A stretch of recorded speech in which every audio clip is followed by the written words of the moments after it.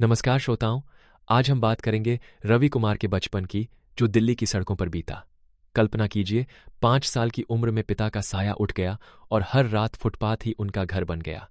इतना कठिन जीवन जीते हुए भी रवि के मन में पढ़ने की ललक कैसे पैदा हुई? बिल्कुल, रवि की कहानी असाधारण है। उनके आसपास दिखने वाले स्कूली बच्चों को देखना उनके मन में चिंगारी जगाता था। जब आपके पास न किताब, न कॉपी, पेन हो, तब फटे अखबारों और दुकानों के बाहर रखी पुरानी किताबों से पढ़ना ही विकल्प होता है। रव ने कठिन हालात को अपनी प्रेरणा बना लिया। यहाँ एक दिलचस्प बात है, रात में स्ट्रीट लाइट के नीचे पढ़ाई करना। यह सिर्फ जज्बा नहीं, बल्कि एक प्रकार की जिजीविषा है। दूसरे बच्चों के पास सुविधाएं थीं, लेकिन रवि के पास सिर्फ सपने थे। क्या ऐसे हालात में आत्म शिक्षा संभव है? निश्चित रूप से आत्म शिक्षा संभव है, यदि आपके भीतर सीखने की तीव्र इच्छा हो।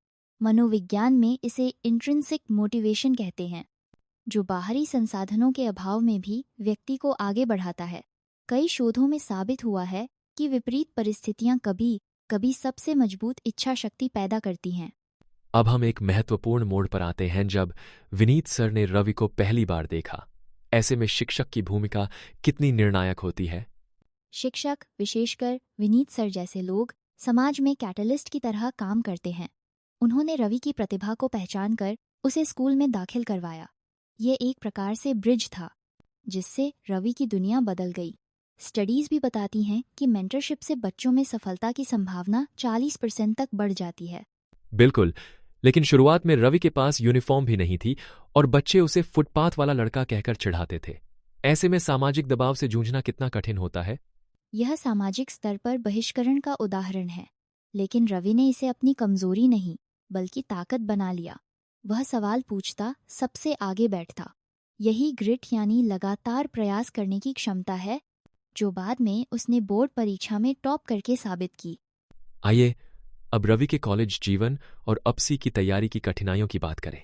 जब आर्थिक संकट हो, ट्यूशन पढ़ाना पड़े और बिना कोचिंग के अपसी की तैयारी करनी हो, तो मानसिक दबाव कैसे झेलते हैं?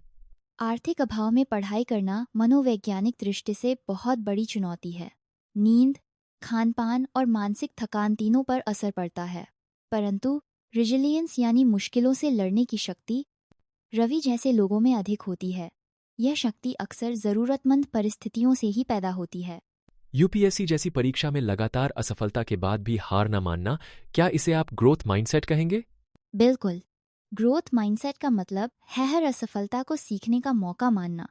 रवि ने हर बार अपनी रणनीति बदली, खुद को बेहतर किया और चौथे प्रयास में सफलता हासिल की। एक शोध के अनुसार जो छात्र बार बार प्रयास करते हैं, उनकी सफलता दर 60% तक बढ़ जाती है।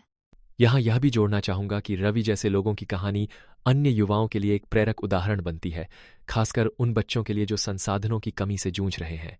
रवि के यास बनने के बाद उनकी सबसे पहली प्राथमिकता थीमा के लिए घर बनाना, लेकिन इसके बाद उन्होंने एक फाउंडेशन शुरू किया जो झुग्गी बच्चों को मुफ्त कोचिंग देता है। क्या यह समाज के प्रति जिम्मेदारी का आदर्श उदाहरण है? जी हाँ, रवि ने अपनी सफलता को केवल व्यक्तिगत उपलब्धि नहीं माना, बल्कि सामाजिक परिवर्तन का माध्यम बनाया। वह कहते हैं, भूखे पेट पढ़ाई कैसी होती है, मैं जानता हूँ। यही भावनात्मक जुड़ाव उन्हें औरों की मदद करने के लिए प्रेरित करता है। अक्सर देखा गया है कि सफलता के बाद लोग अपने अतीत को भूल जाते हैं, लेकिन रवि ने विपरीत रास्ता चुना। क्या यह सोशल मोबिलिटी का स्थायी मॉडल बन सकता है? बिल्कुल, ये पेड फॉरवर्ड का आदर्श उदाहरण है।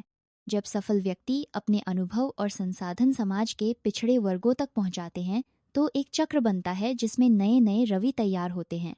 इससे समाज का समग्र विकास संभव होता है। तो दोस्तों, रवि कुमार की कहानी न सिर्फ प्रेरणा देती है, बल्कि यह भी सिखाती है कि व्यक्तिगत संघर्ष और समाज सेवा